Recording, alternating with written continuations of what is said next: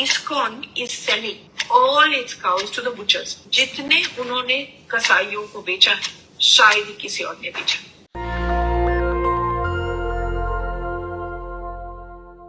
नमस्कार, मैं शंभू कुमार सिंह और आप देख रहे हैं नेशनल दस्तक। सोचिए कि किस तरह से सोशल मीडिया को कंट्रोल किया जाता है और नेशनल दस्तक के फेसबुक और यूट्यूब को तो बिल्कुल कंट्रोल किया गया है। मैं आप लोगों से गुजारिश करता हूं कि जो भी नेशनल दस्तक के रेगुलर व्यूअर हैं या फेसबुक पर हमें देखते हैं, कृपया आप जाएं और बकायदा कमेंट करें, लाइक करें, कमेंट जरूर करें और सबसे बड़ी बात है कि आप फॉलो जरूर करें। सोचिए यूट्यूब पर नेशनल दस्तक को खोज कर लोग लगभग 80 मिलियन लोग महीने में देखते हैं। फेसबुक पर भी हमारा 1 मिलियन फॉलोअर होने वाला है। उसके बाद भी जैसी मैं लाइव आने की कोशिश करता हूं, ये कहेगा कि एकदम रिच को घटा दिया जाता है ताकि मिनिमम लोगों तक पहुंचे। यूट्यूब का भी यही हालत है। तो आप लोगों से गुजारिश है कि इसको, जैसे आप टीवी अखबार का आपने बायकॉट किया है, पैसा लगता है, इंटरनेट अपने घरों में लगवाइए, वाईफाई लगवाइए और उससे तमाम तरह के काम होंगे। और सोशल मीडिया का भी आप वाईफाई के जरिए इस्तेमाल कीजिए। हम लोग की एक नैतिक जिम्मेदारी भी है। सोचिए, बाबा साहेब ने अखबार शुरू किया था, मूकनायक, बहिष्कृत भारत, प्रबुद्ध भारत, लेकिन वो नहीं चला पाए क्योंकि उस समय हमारे पास पैसा नहीं था, बिजनेस नहीं था। कुछ चाहे साहू जी महाराज थे, वो डोनेट करते थे। उसके बाद एक लंबा समय हो गया है, लगभग आजादी के 75 साल बाद भी बहुजन समाज के पास अपना टीवी और अखबार नहीं है। थोड़ा सा सन ग्रुप है तमिलनाडु में जो ओबीसी कम्युनिटी के पास है, जो नेता हैं, लेकिन हिंदी पट्टी में तो कोई चैनल हमारे पास नहीं है। महाराष्ट्र में एक है, लेकिन हिंदी पट्टी में बिल्कुल नहीं है। तो नेशनल दस्तक को आप लोग लाइक कीजिए, सब्सक्राइब कीजिए, तभी बात बनेगी। चलिए अब मुद्दे पर आते हैं। सोचिए, दिल्ली विश्वविद्यालय के इतिहास विभाग में ओबीसी की 4 और एससी की 2 सीटें एनएफएस की गई। एनएफएस मतलब नॉट फाउंड सुटेबल। सोचिए, जो लोग आपको चपरासी नहीं बनने देना चाहते हैं, प्रोफेसर नहीं बनने देना चाहते हैं, वो आपको चीफ मिनिस्टर और पीएम बनने देंगे। अभी मुझे एक बैंकर का फोन आया और उसने कहा कि किस तरह से उन लोगों पर दबाव बनाया जाता है कि जो बैंक में आने वाले लोग हैं उनका अटल बीमा योजना में बीमा कर दीजिए बिना बताए।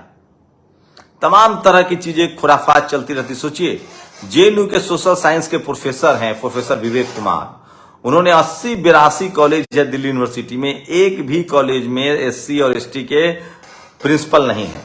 ओबीसी का मुझे नहीं पता, जब डेटा आएगा तो मैं बताऊंगा। ओबीसी तो और संभव नहीं है। हेड ऑफ डिपार्टमेंट सयोजी बेचैन है, जो शेड्यूल कास्ट कम्युनिटी से है। तो ये है बहुजन समाज की ताकत।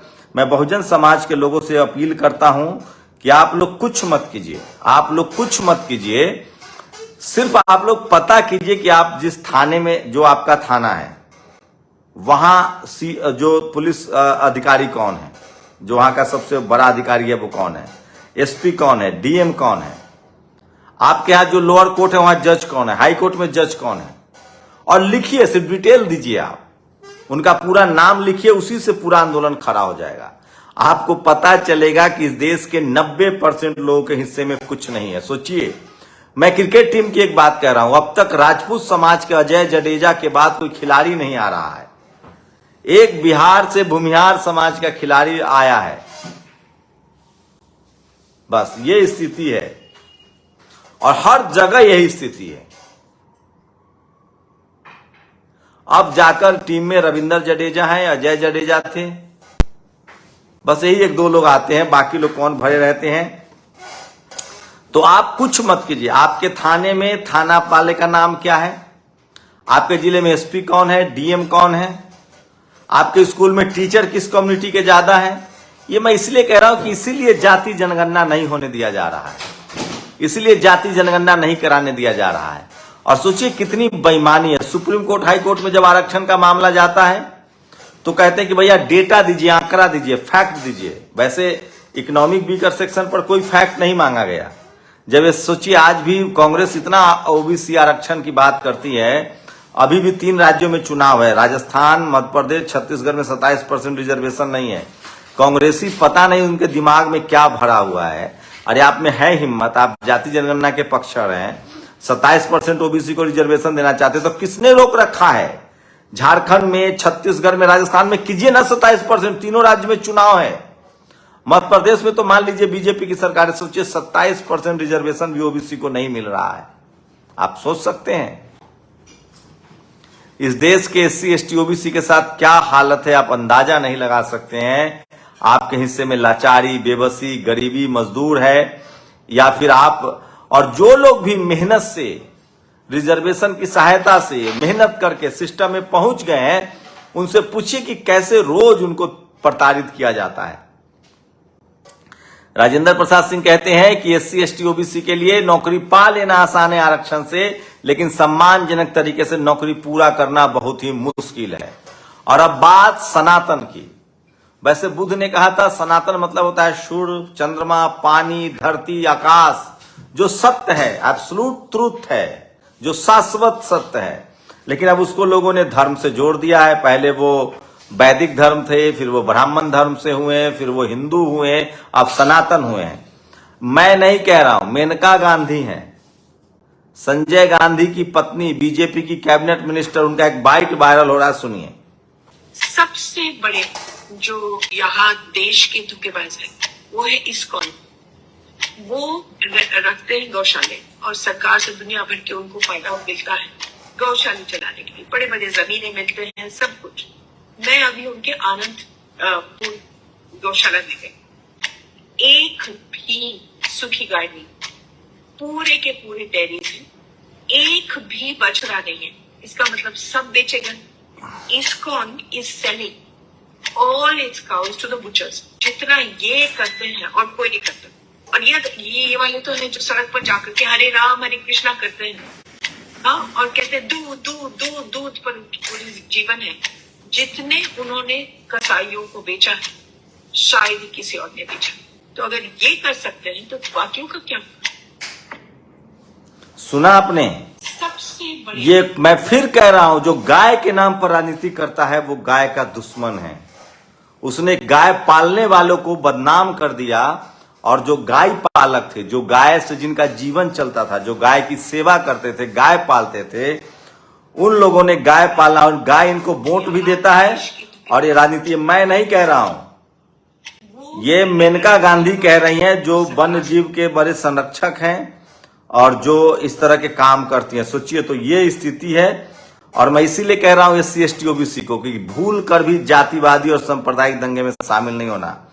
बिहार में शेड्यूल कास्ट पर जो हमला किया था जिस शख्स ने, पुलिस ने उसको गिरफ्तार कर लिया है। देखिए, देर सवेर अगर आप जातीय हिंसा में शामिल होंगे तो आज न कल आप गिरफ्तार होंगे। तो ये सबसे बड़ी खबर है जो सोशल मीडिया पर वायरल है, और मैं इसीलिए कह रहा हूं। और बिहार में सरकारी नौकरियों की सौगात है। 10 लाख नौकरी देने की बात कही थी तेजस्वी यादव ने, और नीतीश कुमार मुख्यमंत्री है, और हर साल नौकरियां दी जा रही है। तो फिर मैं कह रहा हूं, बिहार में नौकरी की बहार है। 7 दिन में निकली 1 लाख बहाली।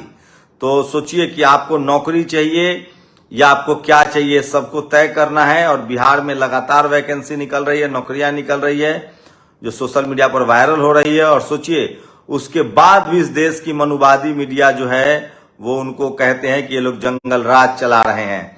तो ये सबसे बड़ी खबर है जो मैं आपको बता रहा हूं, इसलिए मैं कह रहा हूं सोशल मीडिया ही सच्चा मीडिया है, सोशल मीडिया ही बहुजन मीडिया है। तो ये थी मेनका गांधी जो ISKCON पर आरोप लगा रही है। और सोचिए, इस देश में अगर आप एससी एसटी ओबीसी से हैं, अधिकारी हैं, कर्मचारी हैं, तो आप लोग बिल्कुल मुझे कमेंट करके बताइए इस वीडियो में कि आपके साथ कैसा व्यवहार होता है। मैं फिर कह रहा हूं, अब जातिवाद जो है वो गांव में नहीं है। अब जातिवाद सब्जी बेचने में, ठेला बेचने में, खाना खाने में, साइकिल से उतरने में नहीं है। अब जातिवाद पावर सेंटर्स में, मीडिया में है, जुडिशियरी में है, कॉलेज यूनिवर्सिटी में है, ब्यूरोक्रेसी में है, बिजनेस में है, खेल में है, स्पोर्ट्स में और नौकरी में है।